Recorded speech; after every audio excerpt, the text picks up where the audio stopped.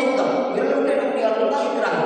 ஆனால் பார்த்தீங்கன்னா இப்போ அதை சொன்ன புறத்தல் அதிகம். நீ எனக்கு வேண்டாம், நீ யாரு, இந்த யாருமே எனக்கு தெரியாது, இந்த சமூகம் ஒத்துக்காது, நீ வந்து புறத்தருவாங்க, அதனால எனக்கு வந்து உனக்கு வந்து சேர்த்துக்க முடியாது அப்படின்னு சொல்றது தான் இந்த உலகத்தில் வந்து அதிகமாக இருக்கிறாங்க. அதை மாதிரி அந்த குழந்தை எந்த பாவமும் பண்ணல, ஆனாலும் அந்த குழந்தை அந்த பாவத்தை ஏற்றுக்கிட்டு இறுதி வரைக்கும் சாகுற வரைக்கும் அனாதை அப்படிங்கிற ஒரு ஒற்றை சொல்லை வச்சுக்கிட்டு சுமையோடு தெரியும். அப்போ அந்த குழந்தைங்க என்ன பண்ணுவாங்க, ஏதோ ஒரு இடத்துல தள்ளப்படுவாங்க. அப்போ தள்ளப்படும் தவறுகள் அதிகம் நடக்கிறதுக்கு காரணமாக இருக்கு. அப்போ தவறுகள் அதிகமாக நடக்கிறதுக்கு காரணமாக இருக்கும்போது அதை நம்ம தடுத்து நிறுத்த வேண்டாமா? அவன் தடுத்து நிறுத்தக்கூடிய கவிதை தான் இந்த மாதிரி கவிதை.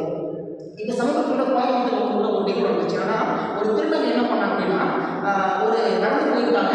நடந்து போகும்பொழுது என்ன பண்ணுறாங்கன்னா, ஒரு குப்பை தொட்டில் வந்து அது ஒரு முள்ளும் செடி குடிமா கிடக்கு. அந்த அந்த முதல்குள்ள வந்து ஒரு குழந்தையோட அழகாக இருக்குது. போய் பார்க்குறாங்க. பார்த்தா அந்த அழகான பெண் குழந்தை எடுத்துட்டு உடனே காவல் நிலையத்துக்கு போகிறாங்க. போயிட்டு அவங்களுக்கு ஒப்படைக்கிறாங்க.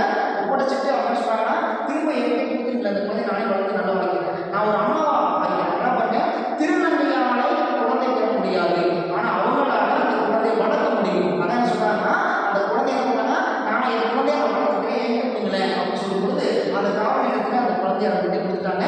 இன்னைக்கு அந்த மேலோகி படுத்து அந்த பொண்ணு படிச்சுட்டாங்க. அது இந்த கோயம்புத்தூர் நிகழ்வு தான். நல்லா பார்த்துங்க.